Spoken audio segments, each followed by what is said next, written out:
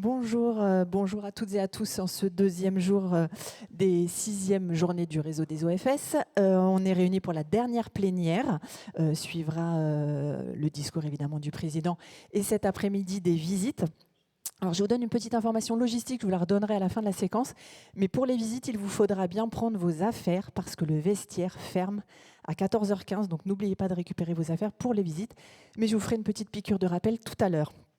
Pour ce matin, ce qui va nous intéresser, c'est de voir comment 7 ans après la mise en place du BRS, les collectivités se sont saisies de ce dispositif, comment elles l'intègrent à leur politique et leur stratégie locale de l'habitat, les difficultés, les réussites qu'elles observent, les relations qu'elles entretiennent aussi avec le ou les OFS qui interviennent sur leur territoire. Pour ce faire, 4 élus ou représentants de collectivités vont nous livrer leur témoignage. J'invite donc à me rejoindre tout de suite sur scène Adrien Delacroix, vice-président de Plaine Commune et président de l'OFS de Plaine Commune, Pascal Prat, vice-président de Nantes Métropole en charge de l'habitat et de l'urbanisme durable, Laurence Solignac, chargée d'opérations immobilières à la mairie de Nanterre, et Gisèle Vergnon, maire de Sainte-Marie-en-Ré. Merci de les accueillir.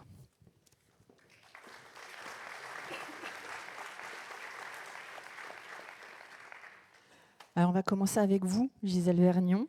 Vous êtes à la tête d'une commune de 3470 habitants très précisément et vous venez de livrer le 1er octobre dernier 15 premières maisons en BRS. Qu'est-ce qui vous a amené à recourir à ce dispositif ? Bonjour à toutes et à tous. C'est le fil conducteur depuis que je suis maire, c'est-à-dire que s'il n'y a pas de logement en accession à la propriété que je ne connaissais pas encore, mais en tout cas de logement social, pour permettre le maintien réel de la population sur l'île de Ré, puisqu'on est, alors tout le monde va connaître l'île de Ré, l'île souvent décriée, expliquée comme riche, et c'est vrai qu'il y a beaucoup de résidences secondaires qui ont de riches maisons, mais en tout cas, maintenir l'économie, les écoles, la vie active dans l'île de Ré, sans permettre le logement social, l'accession sociale à la propriété aujourd'hui, c'était inconcevable de ne pas avoir ça comme ligne rouge de mes mandats successifs. Donc ça a été toujours un de mes priorités fondamentales. 97 logements sociaux réalisés en maintenant presque 20 ans. Et puis maintenant l'accession sociale à la propriété avec 48 maisons, ça a été un bonheur de trouver qu'au-delà du logement social, il y avait aussi un autre élément à ajouter qui permettait de stabiliser la population. Merci beaucoup. Laurence Solignac, l'accession sociale, elle est inscrite de longue date dans la stratégie logement de Nanterre. Qu'est-ce que ça vous apporte, le BRS, par rapport à ce que vous faisiez précédemment ? Alors, effectivement, l'accession sociale, c'est une politique de longue date. Et le BRS, très rapidement, ça permet de continuer à produire du logement abordable sur la ville pour des ménages sous plafond de ressources et en particulier pour des ménages qui viennent du parc social. Mais ce qui est intéressant, c'est de voir comment on en est arrivé là. Donc, quelques éléments de contexte. Nanterre, c'est une préfecture des Hauts-de-Seine, c'est une ville de 100 000 habitants, c'est un pôle d'emploi très important, plus de 100 000 salariés, et qui occupe une place très singulière au sein de l'établissement public territorial Paris-Ouest La Défense, avec des caractéristiques très spécifiques et qui se démarquent en ce sens des autres communes. Nanterre, c'est 56% de logements sociaux, ça représente 30% du parc de logements sociaux environ de l'EPT. La ville est couverte par 6 quartiers prioritaires de la ville, elle est engagée dans 3 projets de renouvellement urbain et elle affiche des prix de vente des logements bien inférieurs à ceux de l'EPT, avec des écarts parfois très importants, que ce soit dans l'ancien ou dans le neuf. Quand Nanterre affiche en prix médian moins de 5 800 € du mètre carré, la commune voisine et limitrophe frôle les 10 000 €. Donc c'est dans ce contexte-là que Nanterre développe depuis longtemps donc une politique de l'habitat en faveur de l'accession et du logement pour tous. Et donc, ça fait 20 ans que des opérations sont réalisées en accession sociale classique. Il y a eu 900 logements de livrés dans ce cadre-là. Donc, c'était des logements qui ont été livrés avec des clauses antispéculatives assez classiques que tout le monde connaît. Au départ, même, on peut dire un peu peut-être permissif, parce qu'il y avait des cas d'exonération en cas d'accident, entre parenthèses, de la vie. Et en 2012, donc, la ville a vu apparaître les premières reventes très spéculatives, ce qui a beaucoup interpellé les élus. Et donc, ils ont décidé d'une part de préempter systématiquement quand il y avait des reventes spéculatives pendant la durée des clauses, quelle que soit la raison. Donc, ça a un peu ralenti le phénomène et puis les velléités des propriétaires, de revoir les clauses antispéculatives et de mettre en place des clauses d'agrément de prix, donc qui étaient plus facile à suivre et davantage cadrées. Et donc ça a été le premier virage. Et puis en 2019, face à l'augmentation des prix de vente du libre, puisque là aujourd'hui, les prix de vente sont passés en 10 ans de 5 000 euros à 6 000, voire 6 300 euros en prix moyen sur la commune.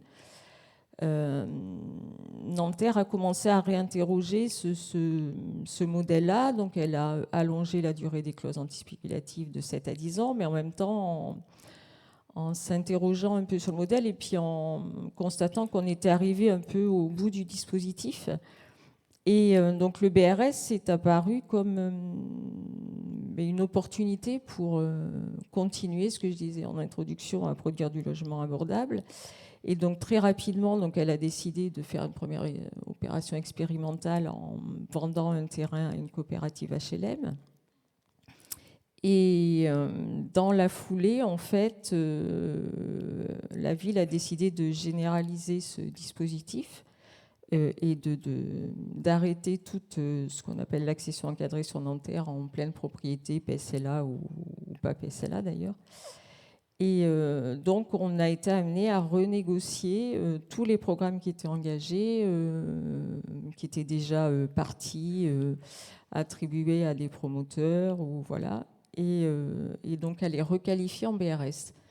Donc aujourd'hui, le BRS, il y a 6 opérations engagées, bientôt une 7e dont la commercialisation va être lancée. C'est 134 logements commercialisés ou en cours. Et donc dorénavant, toutes les opérations où il y a une part de BRS une part d'accession encadrée sortent en BRS. Pour autant, vous ne fixez pas d'objectif chiffré spécifique. Vous n'avez pas inscrit dans le PLH un objectif Alors, le PLH, on n'a pas de PLH en vigueur, puisque l'ancien PLH, c'était l'ancienne PLH intercommunale avant la création de l'EPT, et donc c'était sur la période 2014-2019, où on fixait quand même des objectifs d'accession encadrée à hauteur de 10%. Donc ça, c'était déjà, c'est pour ça qu'on a réussi à produire 900 logements. Donc c'était déjà dans la politique assez volontariste et ambitieuse de la ville, de produire du logement pour tous, c'est-à-dire du logement social, du logement en accession encadrée, de locatif intermédiaire, et également de cadrer les prix de vente de l'accession libre, puisqu'on a une charte qualité des constructions neuves qui encadre aussi le volet libre. Et donc aujourd'hui, il n'y a pas de document qui fixe une part de BRS, mais par contre, dans toutes les opérations d'aménagement, on impose une part de logement intermédiaire, dont une part d'accession encadrée en BRS. Ça représente environ 10%. Et comme sur la ville, la majorité des logements qui sont produits le sont en secteur d'aménagement, puisque sur les 700 logements qui sont autorisés en moyenne chaque année depuis 10 ans, c'est 70% en secteur d'aménagement. Donc, on a quand même des objectifs de production assez ambitieux. Avec une difficulté au départ, quand vous avez transformé l'accession sociale en basculant tout sur le BRS, c'est que les aménageurs n'étaient pas forcément ravis de voir un nouvel opérateur arriver sur les opérations. Alors tout à fait, ni les aménageurs ni les promoteurs, ça a été, puisque les opérations, donc les promoteurs avaient été choisis. ils pensaient vendre en VFA à une coopérative HLM parce que très tôt, Nanterre a toujours souhaité que l'accession sociale soit portée par des coopératives HLM. Donc il y avait quand même un opérateur dans le tour de table, mais ça rabattait quand même les cartes. Parce que du coup, il a fallu renégocier les montages, donc intégrer l'OFS. Donc du coup, c'était travailler différent parce que d'une part, l'aménageur connaissait assez peu ce produit, et puis ça l'obligeait du coup à faire 2 actes de cession, un à l'OFS et l'autre au promoteur, et puis le promoteur, puisque les coopératives HLM n'achètent pas en VFA les opérations au promoteur, donc ça les a obligés aussi à intégrer les coopératives dans le tour de table, à négocier des montages en CPI, ce qui n'a pas été simple. Mais c'est vrai que la ville n'a pas lâché et on a été aidé par les coopératives qui ont aussi joué le jeu et sont rentrées dans la démarche. Merci beaucoup. Pascal Prat, vous nous en disiez un mot hier dans votre mot d'accueil, mais la métropole de Nantes s'est rapidement engagée sur le BRS. Et vous aussi, vous avez décidé d'en faire votre seul outil d'accession sociale.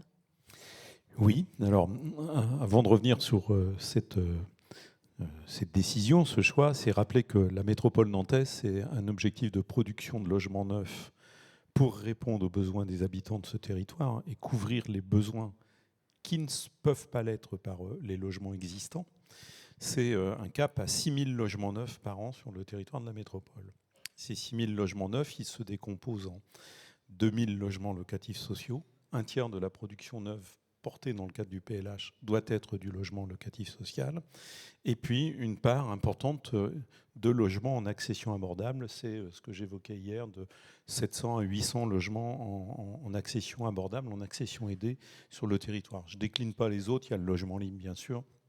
Et puis, il y a des effets particuliers sur du logement destiné aux jeunes actifs, aux étudiants, aux seniors, qui sont déclinés dans chacune des typologies, des catégories de logements que je viens d'évoquer. Jusqu'à 2022, le logement en accession abordable était essentiellement porté, enfin totalement porté par le PSLA. Alors comme cela a été dit tout de suite, on a constaté effectivement à certains endroits de notre territoire ce qu'on pourrait qualifier d'effet d'aubaine, c'est-à-dire des logements acquis en PSLA qui, alors les clauses antispéculatives au début étaient de 7 ans sur le territoire de la métropole, qui au bout de 7 ans basculent dans le libre et on voit... alors ça reste très limité, mais on pouvait imaginer cet effet d'aubaine, en particulier sur un territoire comme l'île de Nantes.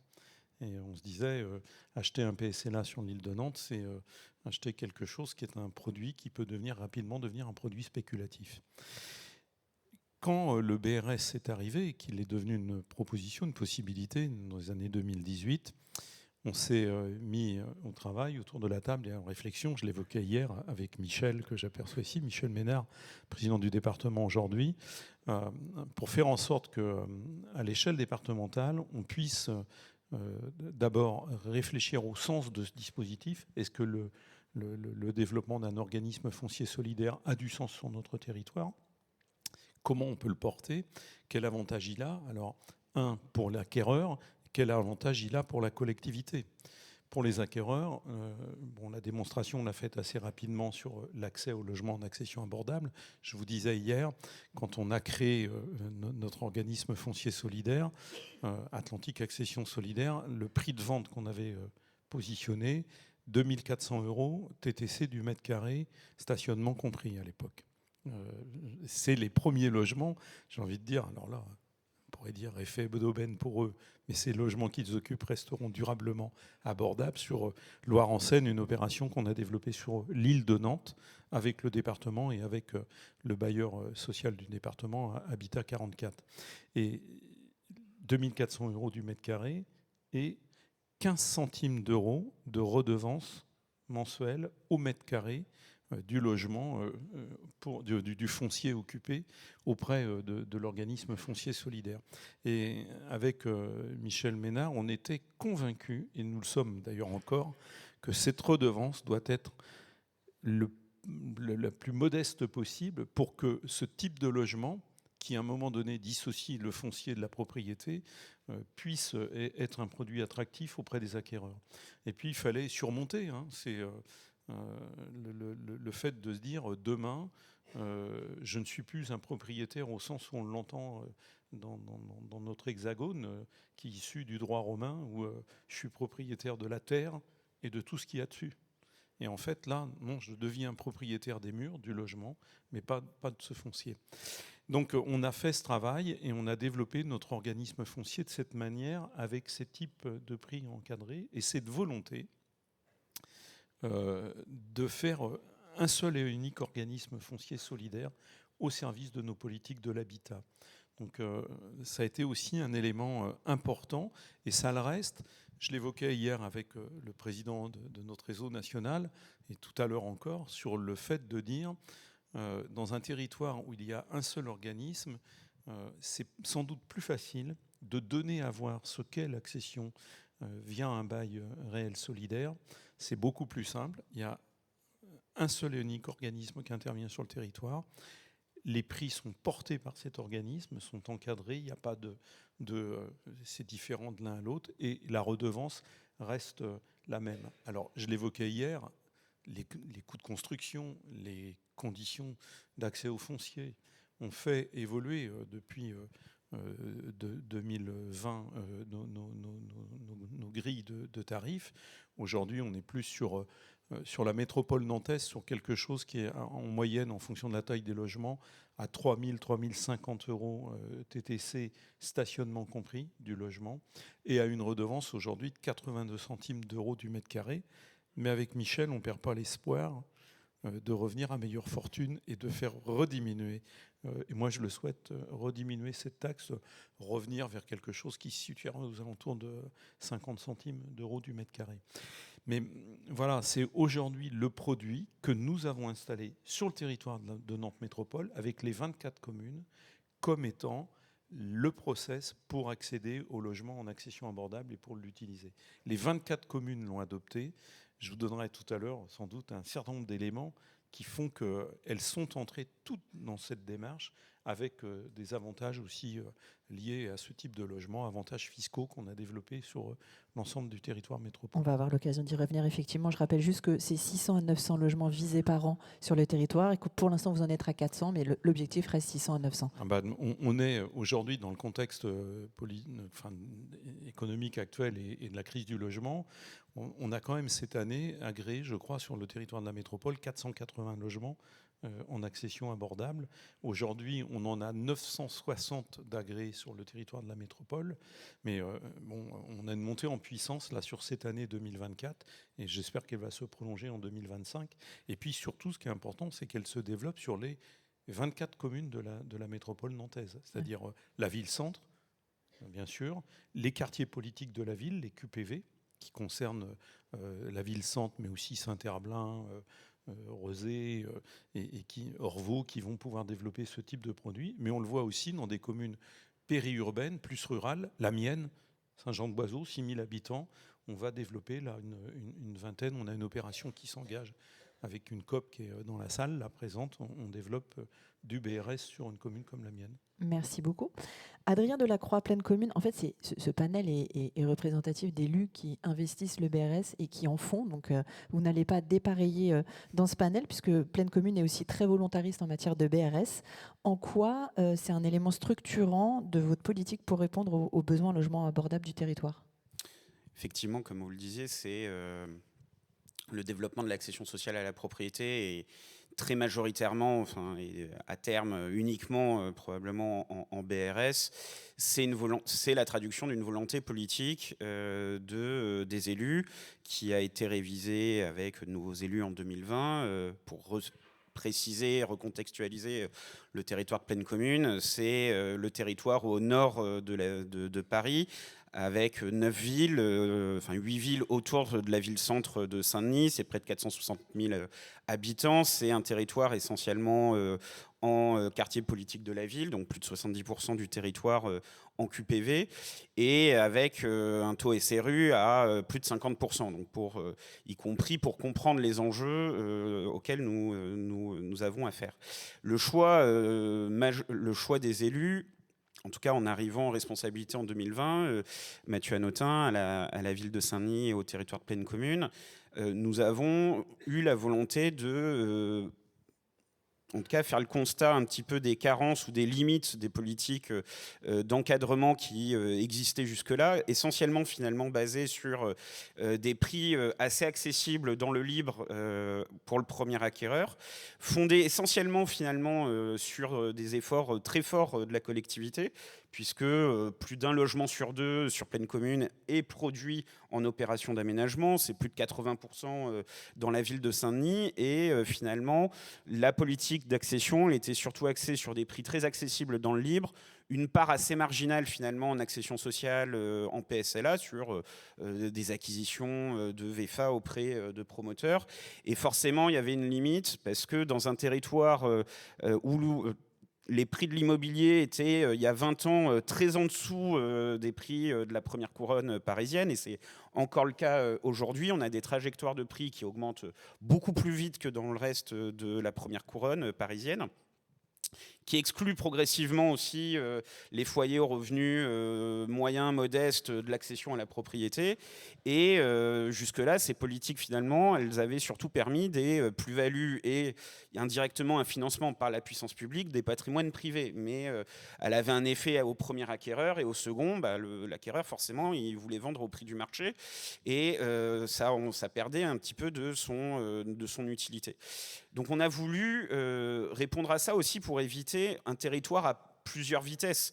Entre finalement, si on n'avait pas d'intervention publique majeure là-dessus, ça aurait voulu dire un parc social avec une occupation sociale très modeste de ses occupants, et progressivement un parc libre, en partie en dégradé, mais c'est pas le sujet du jour, et pour en tout cas ce qui est des logements les plus récents, des prix de moins en moins accessibles. Et on voulait éviter évidemment ce phénomène et de le prendre, de l'anticiper, et d'avoir une volonté d'agir sur ces évolutions en ayant une production massive, pour le coup, d'accession sociale en BRS, puisque, et à ce titre, on a sur un territoire qui produit à peu près 3700 logements par an, la volonté, on l'a inscrite dans la révision de notre PLH, alors qui fait feuille de route, parce qu'on n'a plus de PLH dans le périmètre métropolitain, c'est un petit détail, mais en tout cas dans la volonté d'inscrire au moins 20% de notre production de logements en accession sociale à la propriété. Ça voulait dire aussi pour nous une reprogrammation de nos opérations d'aménagement, avec parfois quelques petites difficultés, alors notamment ou dans des grandes opérations d'urbanisme négociées, d'aller convaincre au début les promoteurs de faire du BRS. Et ils pensaient que ça allait être horrible, qu'ils allaient vendre aucun logement. Après, moi, ils m'ont remercié finalement de leur avoir imposé des taux assez importants, 20-30% de BRS dans certaines opérations, puisque finalement aujourd'hui c'est celles qui se vendent et qui se commercialisent le mieux sur le territoire. Et on a créé aussi, on a accompagné la création et la volonté de développer le BRS sur notre territoire avec la création de notre OFS territorial. Et aujourd'hui, sur le format d'un GIP, avec le territoire de Plaine Commune, mais aussi une mobilisation de notre OPH Plaine Commune Habitat et notre coopérative HLM La CAPS, qui travaillent ensemble, mais qui ne travaillent pas uniquement pour ses membres fondateurs, et avec aujourd'hui près de 1000 logements en développement et près de 400 logements en cours de commercialisation, et puis avec la première opération de BRS que nous allons livrer dans quelques semaines. Merci beaucoup. Se pose aussi la question de l'investissement financier, puisque là, on a parlé des grands principes et des objectifs qu'avait le BRS pour vos territoires. Se pose aussi la question de comment vous soutenez. Je vous laisse la parole, Adrien Delacroix. Comment la collectivité de Plaine Commune finance, par quel biais, la politique de BRS ? Alors, il y a un biais en partie direct sur l'apport en fonds propres pour notre OFS. Alors, avec les évolutions que la Caisse a pu aussi annoncer, voilà, donc je ne rentre pas dans le détail, mais Ça a été porté par le territoire, ça a été aussi amené en capital par les différents membres fondateurs. Je disais le territoire, notre OPH et notre coopérative HLM.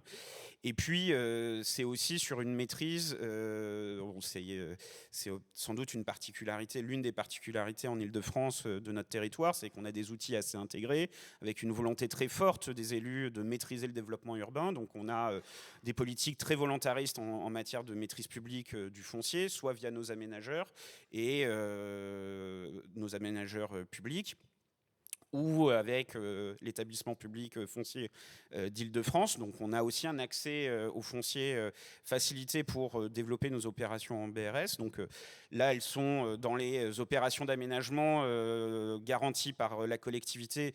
C'est aussi des niveaux de charges foncières encadrés pour permettre la sortie d'opération, et puis aussi de la sortie d'opération, parce qu'on y est attentif sur l'ensemble, quelles que soient les destinations, que ce soit du logement locatif social, du libre ou de l'accession sociale à la propriété, mais aussi d'avoir des opérations de qualité, des productions de logements de qualité. On y est particulièrement attentif et on l'encadre de manière assez stricte sur le territoire. Donc c'est aussi un accès au foncier pour permettre les opérations, mais aussi à un foncier à un prix accessible. Il y avait aussi une aide complémentaire de la région. Il y avait, c'est effectivement la région a accompagné en Ile-de-France une partie, donc ça permettait de faire baisser de, on va dire, autour de 15 centimes la redevance. C'était une politique qui avait 2 ans, que moi j'avais conseillé, sans être élu dans l'exécutif régional, mais je l'avais conseillé parce que je pense que c'est un enjeu majeur en Ile-de-France. Hein, à l'exemple, nos 2 témoignages, que ce soit sur l'expérience de Nanterre ou du territoire de Plaine Commune, montre qu'il y a un enjeu majeur d'accession à la propriété pour les foyers aux revenus moyens et modestes en Ile-de-France, en particulier plus on est proche de la zone tendue. Malheureusement, au regard des annonces budgétaires qui ont été faites et qui frappent les collectivités locales, la région a décidé de se désengager de toutes les politiques non obligatoires et ne financera plus, à compter de l'année 2025, l'ensemble des politiques autour du logement social, que ce soit en locatif ou en accession sociale à la propriété. Donc un petit point de vigilance peut-être pour l'avenir. Laurence Solignac, même question. Comment sur Nanterre, la collectivité participe-t-elle du soutien financier du développement des BRS ? Alors, il n'y a pas de soutien direct de la ville de Nanterre aux opérations. Ça n'a jamais été le cas sur l'accession sociale. C'est la décote des charges foncières qui permet de sortir les opérations, puisqu'on plafonne les prix de vente et les prix de sortie, que ce soit en accession encadrée ou en accession libre. Donc, ça induit des charges foncières pour réussir à équilibrer ces opérations. Donc, c'est essentiellement ça qui permet de sortir les opérations, puisque ces opérations se sortent en opération d'aménagement, à l'exception du terrain qui a été cédé par la ville, d'un petit terrain dans un secteur pavillonnaire où on n'aurait pas fait de l'accession encadrée classique, vu l'attractivité de ce quartier-là. Donc, à l'exception de ce projet-là de 14 logements, toutes les opérations étant en secteur d'aménagement, donc c'est la décote des charges foncières. Et donc, indirectement, c'est une participation de la ville de Nanterre à l'équilibre des opérations d'aménagement pour pouvoir financer les équipements publics. Donc, il y a un investissement public indirect à la sortie des opérations en BRS. Merci beaucoup. Gisèle Vergnon, vous, le soutien, il est direct. C'est-à-dire que vous donnez, vous mettez à disposition des terrains ou des bâtiments. Alors, je crois que au-delà de l'aspect financier, notre participation, et je parle très clairement devant, alors elle a changé de place, donc je ne la vois plus, Ophélie Léraud, qui est donc la représentante de l'OFS Terranoë pour la Charente-Maritime. Ah ben je ne la voyais plus. Je crois qu'à l'origine, c'est quand même se rendre compte que sur l'île de Ré, le terrain, il est rare, mais il est très cher. Et que donc, il y avait à l'origine une question de confiance et de travail en commun. C'est ça qui a été la volonté, la confiance, le travail en commun. La zone qui faisait 2 hectares, qui était donc zonée comme zone à un autre projet, mais qu'on a différé quand j'ai été élue, était proposée pour quiconque était le propriétaire à une vente à environ 2 000 € le mètre carré. On s'est entendu sur le fait que j'allais rencontrer les propriétaires et j'allais être le premier pas, puisque c'est quand même un village rural, Il y a des générations qui sont propriétaires de terrains, qui les donnent de temps en temps à leurs enfants ou qui les revendent de temps en temps. Mais en tout cas, le prix est cher. Il était de plus de 2000 euros. Donc on s'était dit, on va faire le pari qu'effectivement j'arrive à les convaincre à ce que le prix attendu était de 90 euros le mètre carré. Donc il y a déjà une démarche forcément de complicité et de confiance pour essayer de dire aux propriétaires, le projet, il est un beau projet, il pourrait être aussi pour vos enfants, il est en tout cas pour la vie d'un village, et donc il faut que vous acceptiez. Donc cette démarche-là, c'est aussi une démarche que j'ai faite, mais parce que je la portais avec beaucoup d'enthousiasme, pendant au moins une année. Et après est entrée donc en jeu la seconde phase avec Ophélie Hérault de transactions pour finaliser la vente, etc. Donc, si vous voulez, la vente, elle s'est faite à 80 euros le mètre carré, alors qu'effectivement, le prix était nettement plus élevé. Et puis, la participation de la commune, elle a été celle de redevenir à un tarif acceptable pour la voirie. Donc, on va rétrocéder la voirie, enfin, la voirie va être rétrocédée à la ville, au village, à la commune.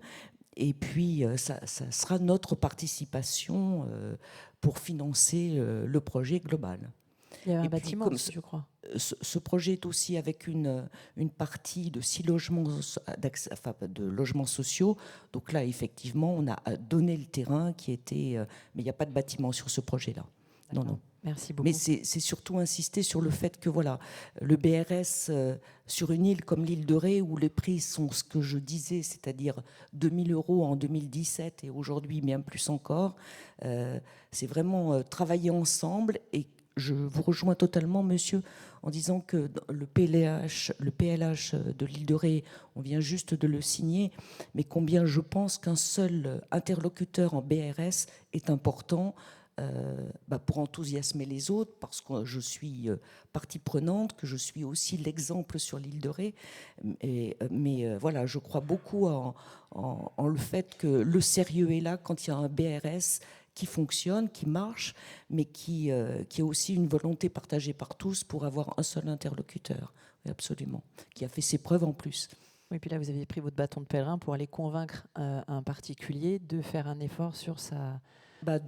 plus de 2000 euros, passé à 90 euros dans l'esprit de la collectivité. Bonne négociatrice, il faudrait peut-être que vous donniez vos tips, ça peut être utile à plein de gens dans la salle. J'ai beaucoup de défauts, mais je suis bonne négociatrice. Voilà, non, ça rejoint un petit peu le débat qu'on avait hier sur la question du collectif, de l'individualité, des égoïsmes personnels.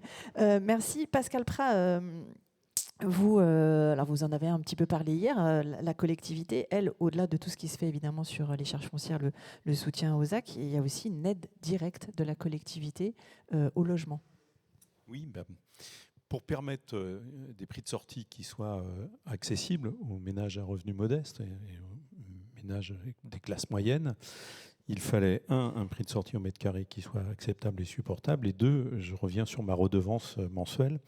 Et donc, on a, au-delà de mise à disposition de foncier, vous venez de le rappeler, dans les ZAC, on vient dans nos opérations publiques d'aménagement, qui sont relativement importantes sur Nantes, on vient faire de la minoration foncière, ou dans des fonciers propriétés de la métropole ou des 24 communes qui amènent aussi leur contribution par la mise à disposition de fonciers avec des minorations. Ça, c'est un élément qui contribue à l'abaissement du coût de sortie des opérations et à leur équilibre économique. On a décidé d'amener une aide financière au logement. Donc on amène depuis le début 5 500 € par logement qui viennent contribuer à ces niveaux de prix de sortie et puis surtout à ce niveau de redevance. Et puis, je l'ai rappelé hier, on vient dans le cadre du plan de relance de la métropole pour le logement en accession abordable de donner un coup de pouce à l'accession dans les QPV en amenant une réduction de 200 € du mètre carré. Donc, quand je vous évoquais tout à l'heure un prix de 3 050 € en moyenne sur la métropole en fonction de la typologie des logements, eh bien, dans tous les QPV, on vient renforcer notre aide qui permet d'aller vers un prix de sortie à 2850 € du mètre carré, prix moyen. Ce qui fait que sur un logement BRS en QPV, on a un niveau de subventionnement moyen qui est de 13 000 € par logement. Quand même un élément relativement important. Et puis aujourd'hui, je le dis, alors je ne veux pas froisser, il est sorti Michel. Vous pouvez y aller, il n'est plus là. Le département donc, de Loire-Atlantique amenait cette même aide à 5 500 € au logement sur l'ensemble des BRS qui sortaient sur le département. Compte tenu des situations économiques des territoires, le département a décidé de réduire son aide. Et nous avons, enfin moi j'ai proposé, et je tiens à ce que nous venions donner un complément, c'est-à-dire le département a réduit son aide de 2500 €, je crois, par logement. Et donc, nous allons amener et prendre en charge ces 2500 €, au moins pour la fin de l'année 2024, l'année 2025. Et puis, on verra après sur les évolutions, comment le département revient ou pas à meilleure fortune et comment nous, on se repositionne. Mais dans tous les cas, pour nous, c'est un élément important pour permettre l'accès au logement de ces classes moyennes. Je le disais, hein, l'enjeu, c'est tout l'enjeu du PLH. C'est permettre à chaque ménage de trouver le logement qui correspond à ses besoins sur le territoire et puis leur permettre de devenir acquéreurs, de pouvoir évoluer dans leur parcours résidentiel, c'est un élément important, et éviter la fuite des jeunes ménages, des primo-accédants et de ceux qui pourraient basculer, devenir propriétaires, la fuite en dehors du territoire métropolitain avec toutes les conséquences sur le plan climat, le réchauffement, la consommation d'énergie non renouvelable, enfin bon, tous ces éléments qui doivent aujourd'hui nous interpeller. Et le logement est un moyen de répondre aussi à ces situations. Et je le redisais hier, c'est faire du logement un bien commun, quelque chose qui s'adresse à tous. Donc, cette politique financière, nous la maintiendrons. Je voulais ajouter que lorsque nous avons pris la décision de basculer tout le logement d'accession abordable sur le BRS, si vous vous souvenez, le PSLA intègre de lui-même le fait d'une exonération de la taxe foncière pendant, je crois que je vais dire des bêtises, je crois que c'est 15 ans de mémoire, donc exonération de taxe foncière totalement. Nous avons décidé de proposer aux 24 communes, aujourd'hui 23 sur les 24 l'ont adopté, mais je ne perds pas l'espoir de faire basculer la 24e commune. On a institué une réduction de la taxe foncière de 30%, minoration de 30% de la taxe foncière pour tous les acquéreurs d'un logement en BRS sur le territoire métropolitain, qui est aussi une forme de financement et d'aide à l'accès au logement et au fait de pouvoir devenir propriétaire sur le territoire métropolitain. Merci. Cette question de la taxe foncière et des discours qui peut être parfois portés aux acquéreurs en disant bah oui, vous n'êtes pas propriétaire du foncier, donc par définition, vous ne payez pas la taxe foncière. Et je ne sais plus, un intervenant hier disait que c'était un argument qui était parfois donné de façon fausse. Est-ce que sur vos territoires, les autres territoires, est-ce qu'il y a des exonérations de prévues, des dégrèvements ou pas, Madame Vergnon peut-être ? Oui, totalement. C'est-à-dire que les 30% dont vous parliez seront l'équivalent pour la commune de Sainte-Marie. Ouais. Merci. À Nanterre ? Nanterre, non, c'est pas le cas. Le choix n'a pas été fait de voter cette exonération. On considère que le prix déjà de vente qui est fortement décoté, puisqu'on est à 3 600 ou 3 800 € du mètre carré, en BRS contre 6 000 à 6 300 en accession libre, constitue déjà un effort très important sur les charges foncières. Donc le choix n'a pas été fait de voter une exonération de TFPB. Merci. Adrien ? C'est pas trop le moment, surtout. En tout cas, ça n'avait pas été fait jusqu'ici. En tout cas, sur certaines villes du territoire, c'était en réflexion. Après, avec une difficulté, en tout cas pour la ville de Saint-Denis, qui concentre une part très importante de cette production en accession sociale en BRS, de mesurer ce que ça peut vouloir dire en termes de perte de recettes quand les besoins en matière de financement des collectivités étaient déjà, avant les annonces gouvernementales, déjà très fortes.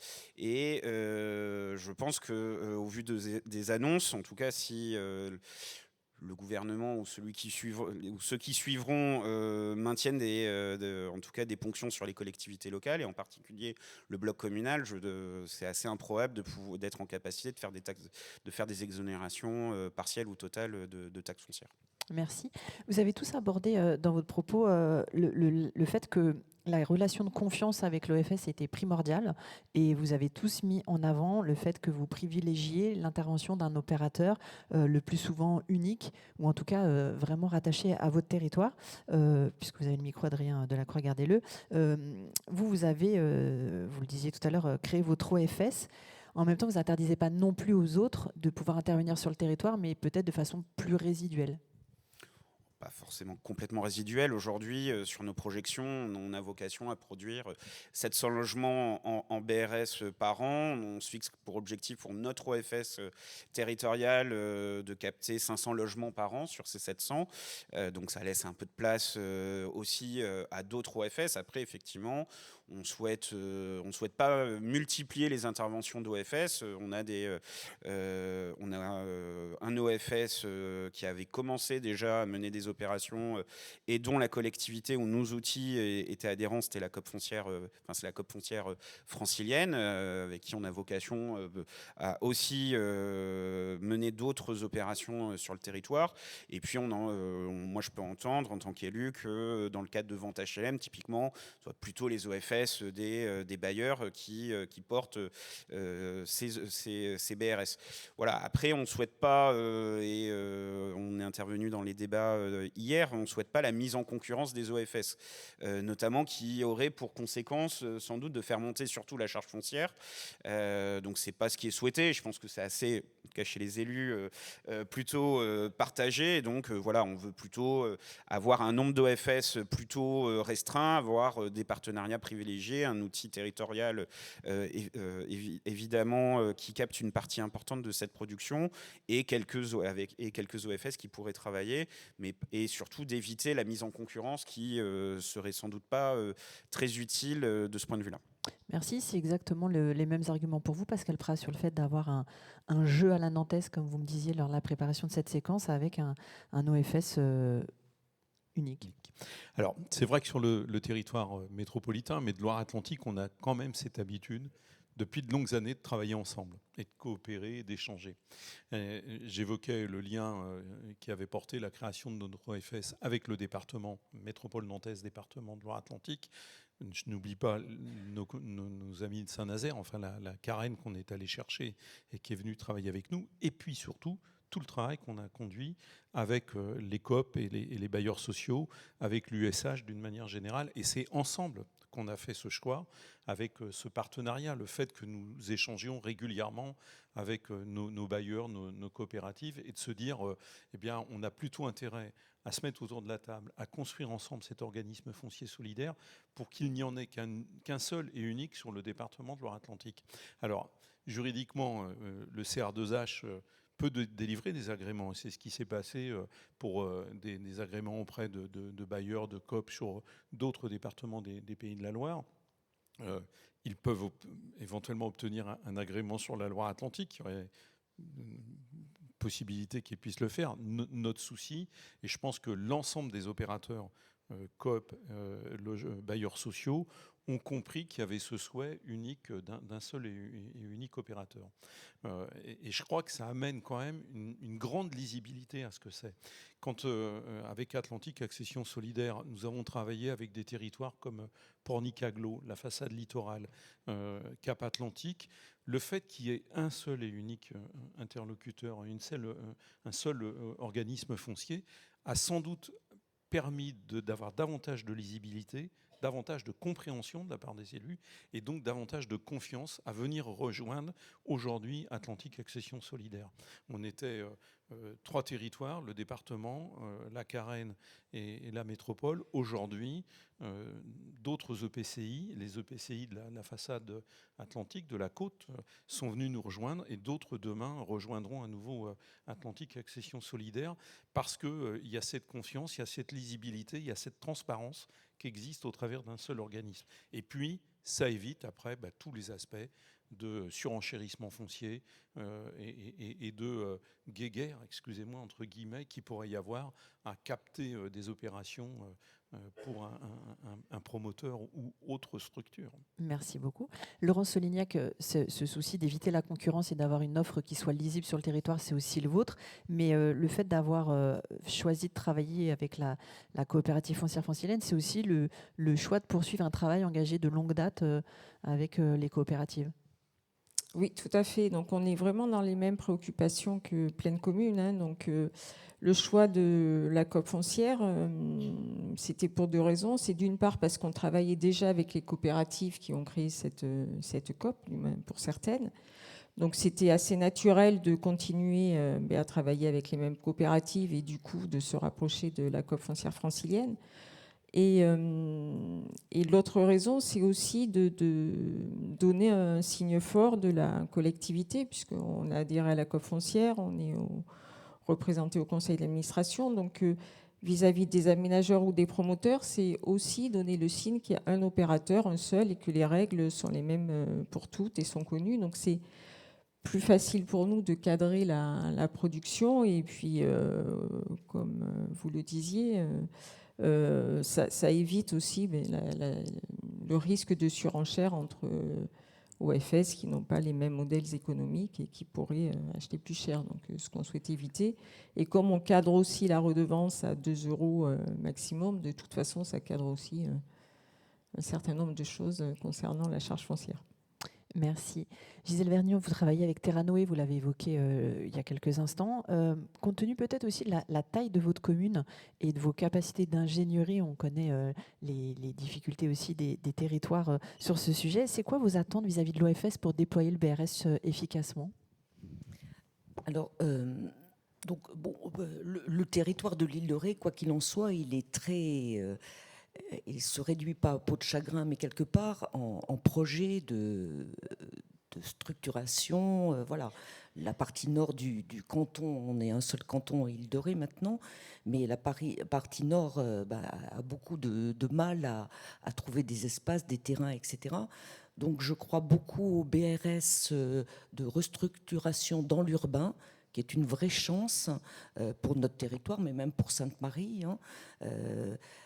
Donc je pense qu'il y a vraiment alors la continuité de ce qui est fait à Sainte-Marie, pourquoi pas, mais aussi le BRS comme une valeur sûre pour la partie nord de l'île de Ré, avec le PPRL, un PLUI extrêmement contraignant. Donc c'est là où, à mon avis, il y a vraiment une volonté qui doit être celle des élus, bien sûr, mais une proximité pour effectivement continuer à travailler et donc à amplifier le BRS au travers de la restauration, la rénovation d'immeubles. Et du coup, c'est aussi sur Terranoë que vous comptez pour mener ces bien opérations sûr, qui sont oui, plus quand complexes. je dis un seul peut-être. interlocuteur, je le revendique, en tout cas pour l'île de Ré, mais à mon avis aussi, c'est image de sérieux, de confiance, et puis d'exemples qui continuent et de fidélité. Hein.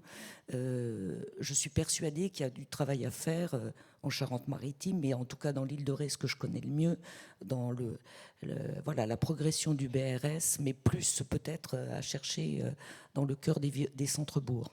Merci. Alors sur les perspectives justement, vous pouvez garder le micro, les perspectives de développement du BRS, là vous avez évoqué le fait peut-être de le faire dans de l'existence, et d'ailleurs c'était la thématique d'un atelier de ce matin. Au-delà de ça, il y a aussi la nécessité d'embarquer les collectivités alentours, puisque autant là, alors peut-être que l'exemple de Nantes vous fait rêver, où les 24 communes sont de concert pour développer le dispositif. Vous m'expliquiez, quand on se parlait avant cette séquence, que parfois vous êtes senti un peu seul et qu'il faut convaincre sur le terrain. Alors, je pense que le PLH qui vient d'être donc approuvé par la communauté de communes va beaucoup aider. Donc, il a donné une vision, les choses sont à plat maintenant. Mais j'étais jusqu'à aujourd'hui ou presque le seul maire féminine de l'île de Ré. Donc, c'est vrai que convaincre 9 messieurs qui étaient plus que moi ancrés, parce que natifs de l'île de Ré, c'était peut-être plus difficile. Je n'ai que 43 ans.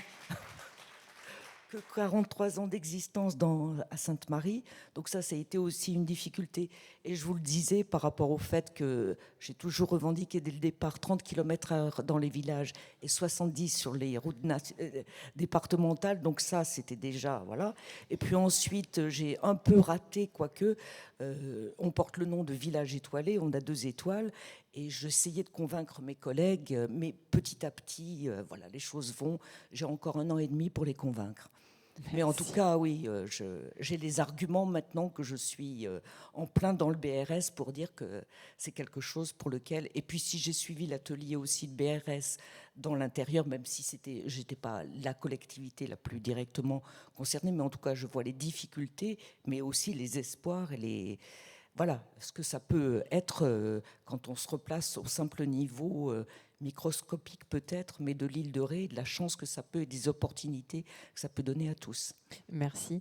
Adrien Delacroix, quels ajustements, vous aussi, réglementaires, financiers ou opérationnels, permettraient de faciliter le développement du territoire ?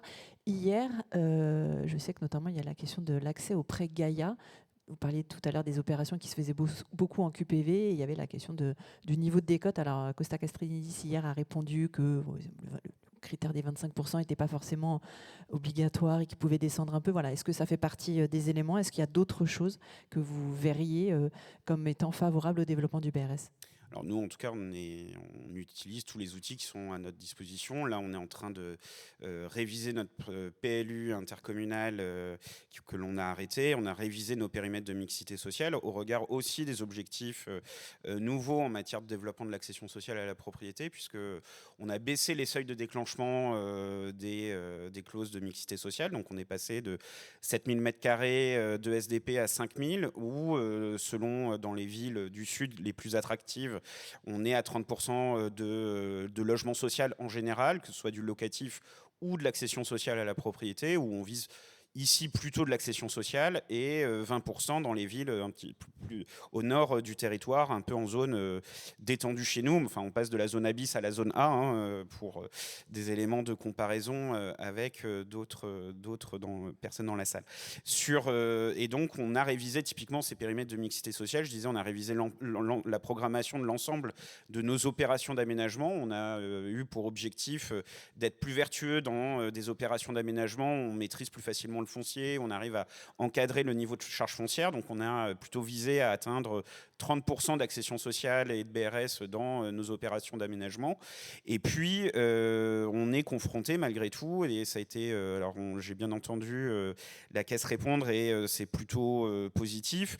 Dans les QPV, en tout cas, la règle qui apparaissait un peu comme une doctrine, et j'ai bien entendu qu'elle ne l'était pas, donc c'est positif, de décote de 25% en QPV où le libre est en TVA 5,5, on était plutôt autour des 20% de décote. Néanmoins, ces 20% de décote, elles permettaient d'avoir des opérations d'accession où on n'a que des propriétaires occupants, et c'est aussi une préoccupation pour les élus du territoire, parce que nous n'en avons pas suffisamment, et c'est aussi la garantie que les copropriétés derrière, elles vivent bien dans le temps.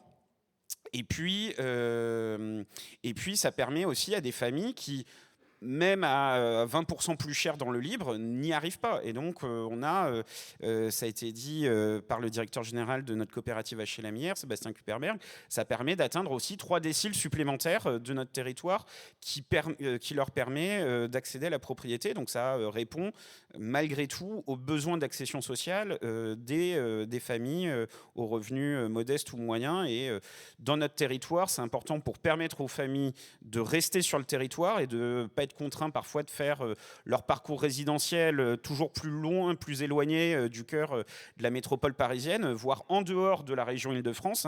C'est ce qui arrive de plus en plus fréquemment avec tout ce que ça produit de néfaste en matière de déplacement pendulaire, de consommation sur les espaces naturels et agricoles, etc. Donc c'est pour nous permettre l'accession, et puis ça permet aussi les parcours résidentiels. Quand on a plus d'un logement sur 2 qui est du logement locatif social, c'est aussi permettre à des familles qui vivent dans le parc HLM d'accéder à la propriété et de le faire dans la ville dans laquelle ils résident aujourd'hui. Merci beaucoup. Laurence Solignac, même question, qu'est-ce qu'il faudrait changer et peut-être quelles solutions pour intégrer ou faciliter le BRS dans des projets immobiliers complexes ? Alors, je ne suis pas sûre que la question se pose en ce sens, puisque on sort déjà des opérations en BRS dans des projets immobiliers complexes et avec une mixité, y compris au palier. Donc ça, même si ça a été un peu compliqué à mettre en place, on sait le faire maintenant. Même si ça demande un peu d'agilité et que tous les opérateurs se mettent autour de la table et que surtout les promoteurs jouent le jeu de mettre dans le tour de table les coopératives HLM, mais on y arrive, hein, à force de persuasion et de travail. Aujourd'hui, le sujet qui se pose davantage pour Nanterre, c'est plutôt de convaincre les habitants, puisque, comme je l'expliquais en préambule, on a une longue tradition de l'accession sociale. Ça fait 20 ans qu'on sort des programmes en accession sociale, 900 logements livrés. Donc les Nantériens ont quand même en tête et ont toujours croisé un voisin, un cousin voilà, qui a acheté, qui a revendu, qui a très bien revendu. Et du coup, on est dans un changement culturel. Et en plus, dans un contexte immobilier et conjoncturel un peu compliqué, dans la montée des taux. Donc, tout ça fait que la commercialisation n'est pas complètement fluide. Et en plus, on a une production assez ambitieuse et une commercialisation assez restrictive, puisque les programmes sont exclusivement réservés aux Nantériens ou aux salariés qui travaillent sur la ville. Donc c'est plus dans ce sens-là où on a besoin de développer davantage la communication autour de ce produit-là et puis de rassurer on en a beaucoup parlé depuis hier, même si on est tous convaincus ici du produit, mais de rassurer les habitants sur la capitalisation qu'ils vont faire autour du BRS et la possibilité d'un parcours résidentiel, comme on le disait, ici au sein de la ville, et de pouvoir rester sur la ville, de sortir du parc social et de ne pas s'éloigner ou de pouvoir acheter une pièce en plus, etc. Donc c'est plutôt ce sujet-là qui me semble important de creuser du côté de Nanterre pour l'instant. Merci. Pascal Prat, même question. Qu'est-ce qu'il faudrait faire? Est-ce qu'il faut réfléchir à des évolutions du dispositif? Vous en aviez touché quelques mots déjà dans votre discours hier. Alors, j'ai envie de commencer par dire que, alors, c'est pas pour dire, bon, métropole formidable, on a tout réussi. Bon, on a un certain nombre de dispositifs qui sont quand même alignés et qui font que ça peut fonctionner. Enfin, on a créé les conditions pour que la production du logement, et notamment du logement d'accession abordable, puisse se faire. Tout à l'heure, je vous ai parlé des orientations du PLH. En tant que vice-président, j'en ai la responsabilité, mais je suis aussi vice-président en charge de l'urbanisme sur l'ensemble du territoire métropolitain. Et on a aussi un alignement des conditions de sortie des opérations, enfin d'accompagnement du développement et de l'aménagement de notre territoire, avec les opérations publiques d'aménagement, nos AC, qui viennent quand même considérablement aider, et puis aussi toute la politique qu'on a fait en matière d'encadrement des opérations dans le diffus. On a un nombre énorme d'OAP, d'orientation d'aménagement sur ce territoire, avec des objectifs de production de logements locatifs social et de logements en accession abordable.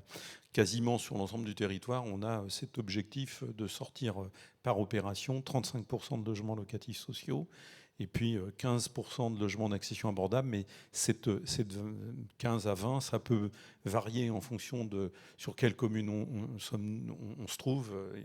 Nantes et Saint-Herblain sont des communes qui ont atteint leurs objectifs de production logements locatifs sociaux. Les autres sont en situation de rattrapage. Mais dans tous les cas, on fait ces efforts. On a du zonage ENL un peu partout sur le territoire, avec à chaque fois ces obligations du logement locatif social et du logement en accession abordable, donc qui devient du BRS et qui peut se développer. Et puis on accompagne des opérations en 100% de logement, 100% logement social ou logement en BRS. Et ce qui fait que cet effort permet aux ménages modestes de trouver et d'accéder au parc locatif social et puis de pouvoir accéder au logement en accession abordable. Maintenant, qu'est-ce qu'on veut accélérer? On a un type de produit en BRS. On veut utiliser le fait qu'au début de l'année, les plafonds ont été aménagés et bougés par le gouvernement et qui permettent d'accéder avec des revenus supérieurs à du BRS. Ça nous a interrogés sur le fait de dire on privilégie quand même l'accès aux ménages modestes. Néanmoins, on peut utiliser ce dispositif pour inventer un autre BRS qu'on a appelé BRS intermédiaire, qu'on veut développer sur le territoire métropolitain pour permettre à des gens qui sont au-dessus des plafonds actuels que nous avons fixés, eh bien, eux aussi de devenir propriétaires. Donc on va travailler sur ce produit, on veut le mettre en expérimentation et le développer sur le territoire métropolitain, parce que, je rappelle, le prix du libre sur le territoire de la métropole, en moyenne, alors c'est moins que dans vos régions, chers collègues, mais on est quand même à 5 400 € du mètre carré. Bon, on ne peut pas devenir facilement propriétaire dans ces conditions-là.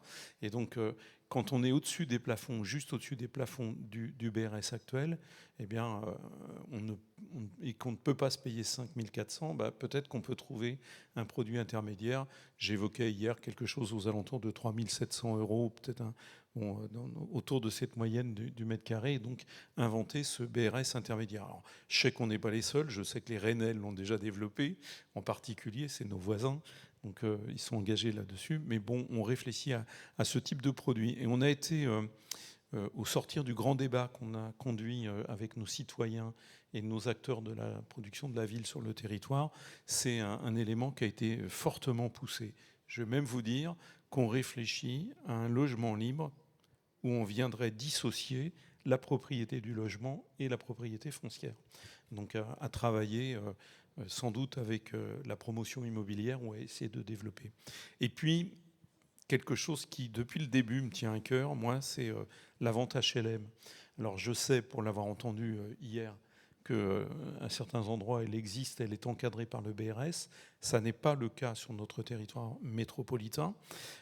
Et on souhaite le travailler. On l'a engagé avec l'USH. Et je sais que l'USH, en particulier sur le territoire de la métropole nantaise, enfin les acteurs du logement locatif social, vont répondre de manière positive à notre demande, à ma demande, et permettre demain que la vente HLM puisse s'opérer dans le cadre du BRS. Pour nous, c'est important parce que le logement locatif HLM, c'est permettre à ces occupants qui sont juste borderline de devenir demain propriétaires, et qui plus est éventuellement propriétaires de leur logement, et que ces logements ne basculent pas dans le logement libre et donc ne contribuent plus à la spéculation foncière. Et qu'ils restent, alors qu'ils ont été financés par les collectivités, que ce soit l'État, au travers des délégations des aides à la pierre, ou les territoires comme la métropole, où on vient financer aussi ce type de logement sur nos fonds propres, eh bien, restent durablement aussi un logement encadré par la collectivité au travers d'un OFS. Alors on travaille ça avec les bailleurs, mais ce dispositif, moi, me semble important à mettre en œuvre sur notre territoire. Et puis, moi, je dirais, continuer à travailler. Un des objectifs, alors, il n'est pas inscrit nulle part, mais il est dans nos gènes, c'est de continuer à travailler ensemble avec les partenaires du territoire. Pour moi, c'est important. Pour moi, c'est essentiel dans la lecture que nos habitants ont de ce dispositif d'accès au logement aidé. Merci beaucoup. On a un temps de questions-réponses avec la salle. Je ne sais pas si les hôtesses sont là. Elles vont passer. Je ne sais pas si des gens ont envie de poser des questions. Nous livrer aussi leur témoignage sur peut-être comment ça se passe chez vous, le choix que vous avez fait d'inscription du BRS dans vos politiques, les OFS, comment ça fonctionne. N'hésitez. Honoré Puil devant, lève la main.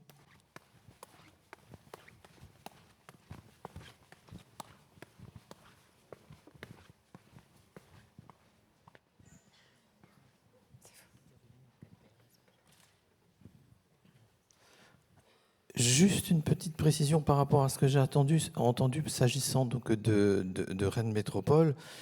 Nous allons avoir une production annuelle de 1700 logements donc en bail réel solidaire, mais en restant bien entendu à l'intérieur donc des plafonds tels qu'ils sont aujourd'hui. Nous ne sortons pas donc des plafonds, et nous avons conservé la volonté de continuer à produire entre 600 et 700 logements en bail réel solidaire, disons pour les catégories les plus modestes donc de la population relevant donc du bail réel solidaire. Donc on reste bien dans les plafonds donc de l'accession sociale à la propriété.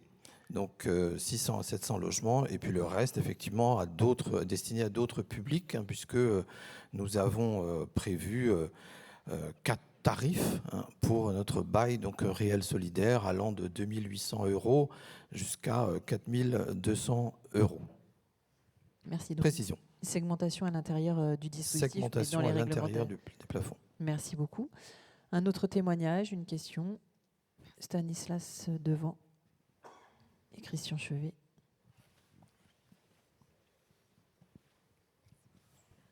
Oui, moi, c'était à la fois un témoignage et quelques questions, hein, à la salle.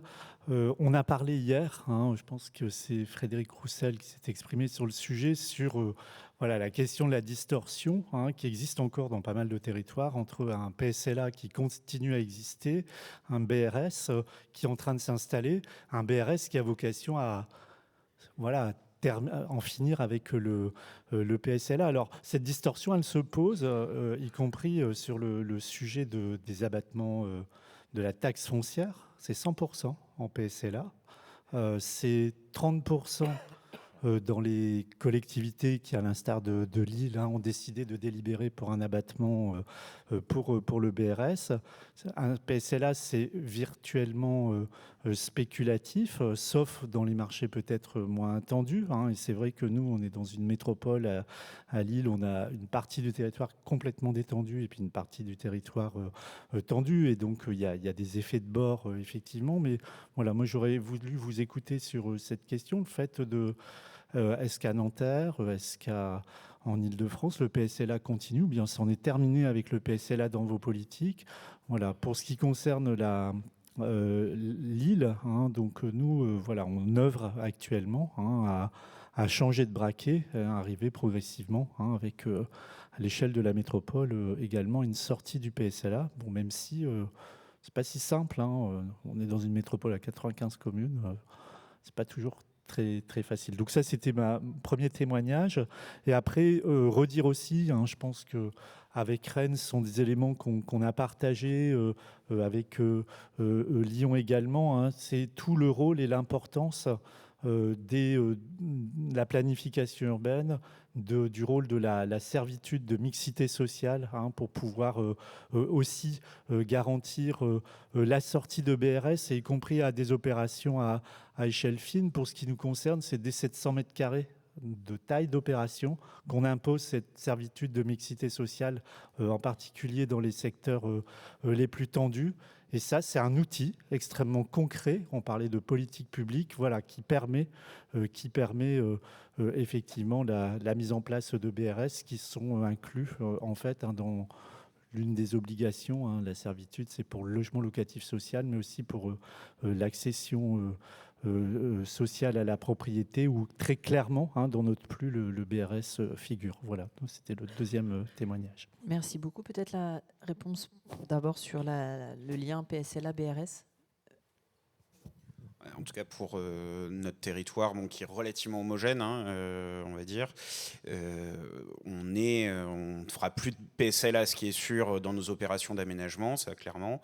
On a quelques opérations qui étaient des coûts partis et donc que nous allons livrer, et une opération aujourd'hui en développement dans la partie la moins attractive, la moins tendue de notre territoire. Mais globalement, les conditions économiques, elles ne fonctionnent plus sur notre territoire pour faire du PSLA. Donc il y a la réalité économique, les taux d'intérêt, le fonctionnement. Voilà. Donc la dernière opération qui est en développement sur notre territoire, elle est faite à la demande du maire pour accompagner une volonté d'avoir une phase locative pour des accédants de la ville, mais elle se fait quasiment à perte pour l'opérateur, par le promoteur et par l'opérateur HLM qui fait la VFA. Bon, voilà, donc c'est globalement, on ne fera plus de PSLA sur notre territoire, et puis surtout, la volonté, c'est d'éviter juste que les efforts de la collectivité ou des collectivités, de la puissance publique en général, finalement, elles ne servent que le premier acquéreur, et elles lui servent surtout à financer son patrimoine privé. Donc c'est la réalité, et donc que l'investissement il soit durable et qu'il soit pas à perte pour la collectivité, et puis surtout en termes de peuplement, que la question de l'accession à la propriété pour les familles aux revenus modestes ou moyens, elle soit pas au premier acquéreur, mais elle soit durable. Et on sait que nos territoires, en tout cas mon territoire mitoyen de la ville de Paris, en cœur de métropole, qui se transforme, et c'est nécessaire, ces transformations, elles sont nécessaires, dont l'offre de transport, de transport lourd en commun se développe.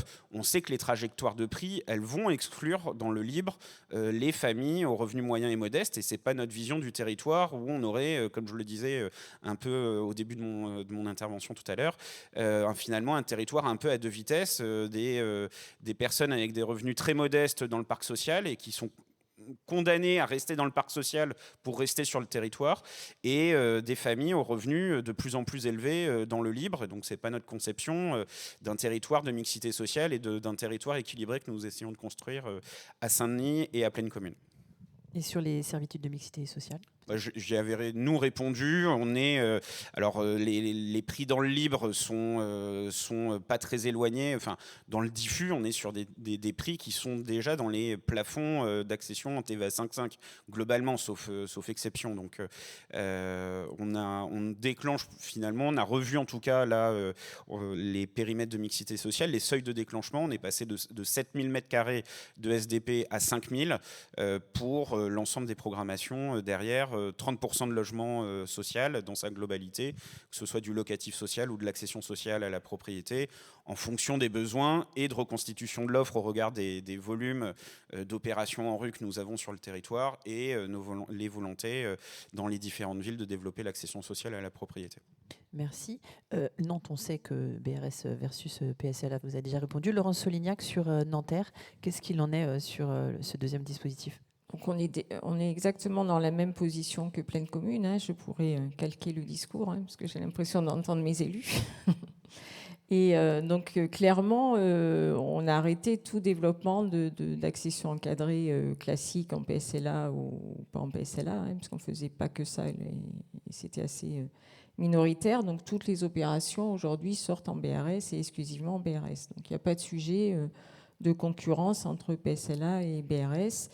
Et il serait difficile de revenir en arrière parce qu'on ne serait plus du tout au même prix, puisque si ce que je vous disais, on est sur des prix de sortie entre 3006 ou 3008 selon les quartiers, QPV ou pas.